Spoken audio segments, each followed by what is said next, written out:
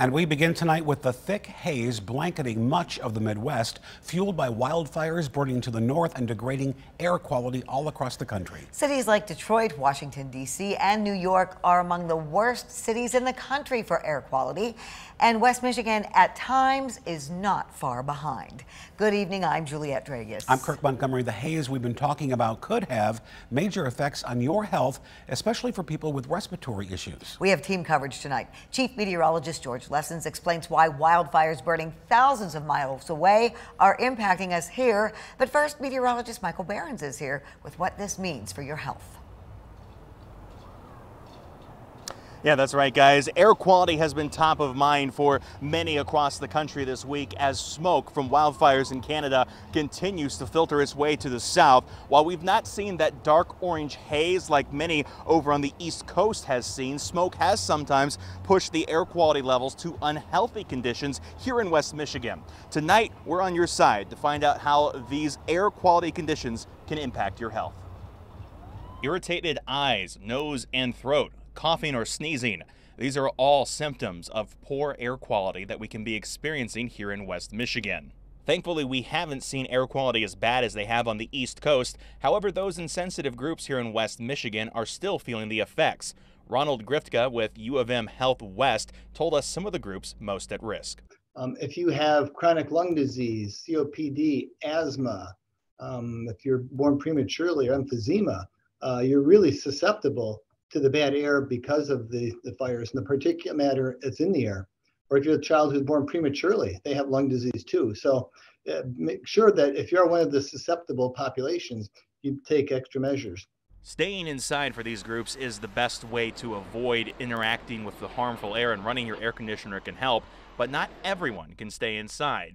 Alec Kanaki with the Air Quality Division of Michigan EGLE tells us that if you have to go outside, now is the time to wear a mask. We recommend the K95 masks. We're not entirely too sure the surgical masks can really do anything because PM2.5 is just so tiny, whereas the K95 is better equipped for that. As for if this forecast will get worse, they're not totally sure, but they are carefully monitoring conditions. And we're not entirely too sure of if it will get any worse, but we're kind of just banking on it's going to stay in the USG with some hourly concentrations in the unhealthy range. So we're not going to see anything like New York and PA were seeing. So you heard it there, some good news. We're not going to see that dark orange haze here in West Michigan, but he also mentioned air quality can come and go in waves. So what may be okay at 1 hour could degrade in the next. So make sure you're staying up to date on those latest air quality concerns. Of course, we'll update you here at 13 on your side. For now, though, reporting in downtown Grand Rapids, meteorologist Michael Behrens, 13 on your side.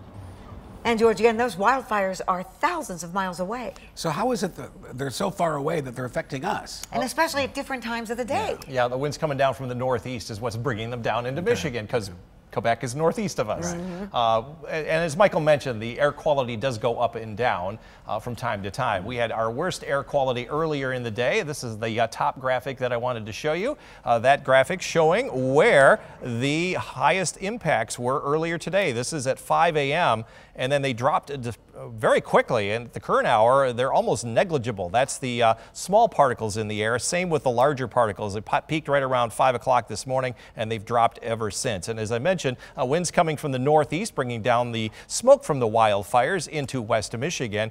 The current air quality is actually not bad here in West Michigan, and it's improving along the eastern seaboard. Most of it is from Pennsylvania down through northern Virginia and New York City. Nonetheless, tomorrow we have a Clean Air Action Day still for West Michigan, but the higher impacts will be from lower Michigan all the way into the state of Delaware, where they are generally in the USG group and perhaps even unhealthy there. So once again, I think the worst of the air quality is over here in West Michigan, but what's coming our way for the weekend will help clear out some of that smoke. We'll talk about that in a few minutes. All right, George, thank you. To stay up to date on air quality or how that smoke is impacting West Michigan, be sure to download our 13 on Your Side app. It's free on Apple and Android devices. You can also text the word weather to 616-559-1310 for a link to the full forecast.